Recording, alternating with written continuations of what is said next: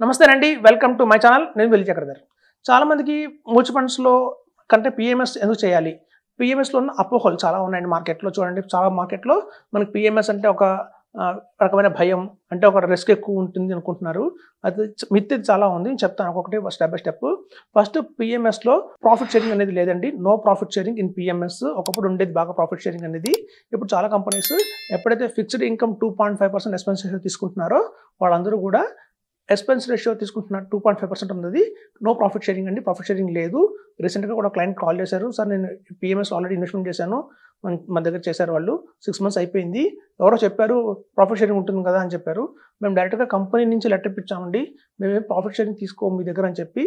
So అప్పుడు వాళ్ళకి నమ్మకం కుదిరింది. సో అదండి, ప్రాఫిట్ షేరింగ్ అనేది పిఎంఎస్లో ఇప్పుడు లేదు. అలాగే ఎక్స్పెన్స్ రేషియో అంటారు.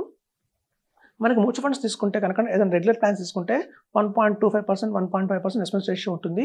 అదే డైరెక్ట్ ప్లాన్స్కి వెళ్తే 0.65%, 0.90% దాకా ఉంటుంది. అలాగే మనకి పిఎంఎస్లో చూస్తే ఇప్పుడు 2.5% నుంచి కూడా కొంచెం పిఎంఎస్ కంపెనీస్ తగ్గిస్తున్నాయండి. కొన్ని పిఎంఎస్ 2% తీసుకుంటున్నాయి, ఇప్పుడు కొన్ని పర్సెంట్ 2.25% తీసుకుంటున్నాయి.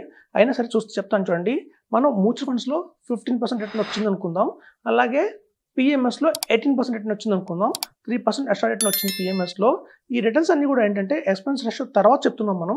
ఇప్పుడు మ్యూచువల్ ఫండ్స్లో 15% రేషియో అని చెప్పినప్పుడు ఆ 15% ఇంట్రెస్ట్ మనకి ఎక్కడి నుంచి వచ్చింది మ్యూచువల్ ఫండ్స్లో అంటే తీసేసిన తర్వాత, అంటే ఎక్స్పెన్స్ రేషియో అది 1.25% కావచ్చు, 1.5% కావచ్చు, 0.95% కావచ్చు, ఎంతైనా సరే ఎక్స్పెన్స్ రేషియో తీసిన తర్వాత మనం చెప్పేది రిటర్న్ మనకు 15% వచ్చింది.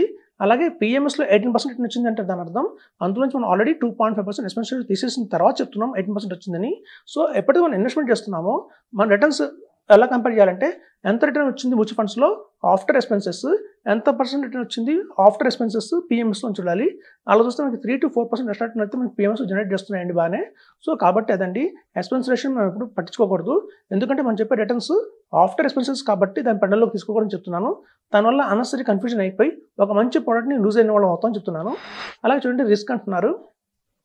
చూడండి, ఏ రిస్క్ అయినా సరే, ఇప్పుడు ఈక్విటీ చూడండి, ఎనీ ఈక్విటీ, అది మ్యూచువల్ ఫండ్స్ కావచ్చు, అంటే మ్యూచువల్ ఫండ్స్లో ఈక్విటీ కావచ్చు, స్మాల్ క్యాప్ కావచ్చు, మిడ్ క్యాప్ కావచ్చు, అలాగే పిఎంఎస్ కావచ్చు, ఎస్ఐఎఫ్ కావచ్చు, ఏఎఫ్ కావచ్చు, ఎనీ ఈక్విటీ మీరు కనుక కంటిన్యూస్గా 5 years ఉన్నారు అంటే జీరో రిస్క్ అయిపోతుందండి.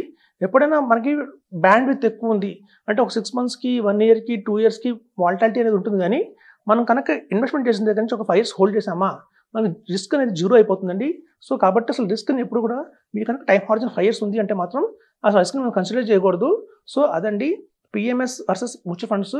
మనకి ఒక పిఎంఎస్ అండ్ ఏఎఫ్ వరల్డ్ అనే కంపెనీ ఉంది, వాళ్ళు ఒక సుదీర్ఘమైన రిసెర్చ్ చేశారు, బెస్ట్ మ్యూచువల్ ఫండ్స్లో బెటరా అలాగే పిఎంఎస్లో బెటరా అని చెప్పి. ఎప్పుడైతే కనుక వాళ్ళు కంపేర్ చేసి చూసారో మనకి టాప్ 5 పిఎంఎస్ కంపెనీస్లో వచ్చిన రిటర్న్ అలాగే టాప్ మ్యూచువల్ ఫండ్స్లో వచ్చిన రిటర్న్ కంపేర్ చేస్తే ఆల్రెడీ పిఎంఎస్లో 33% రిటర్న్ వచ్చిందండి, అలాగే మనకి 21% అనేది మ్యూచువల్ ఫండ్స్లో రావడం జరిగింది. మనకి డిఫరెన్స్ చూస్తే దగ్గర 10% డిఫరెన్స్ ఉందండి. సో కాబట్టి ఇలాంటి రీసెర్చ్లు చాలా జరిగాయి. సో దగ్గర 40 lakh మనకి కార్పస్ అయితే క్రోర్స్ అయితే ఉన్నాయి పిఎంఎస్లో. రోజు రోజుకి బాగా పిఎంఎస్లో కూడా మనకి అత్యధికంగా కార్పస్ అనేది బాగా బిల్డ్ అవుతుంది. రేపు 2035-40 కల్లా కూడా ఇండియాలో ఏదైనా బెస్ట్ ఇన్వెస్ట్మెంట్ ఆప్షన్ ఉందా అంటే అది అందరూ పిఎంఎస్ అని చెప్తారు.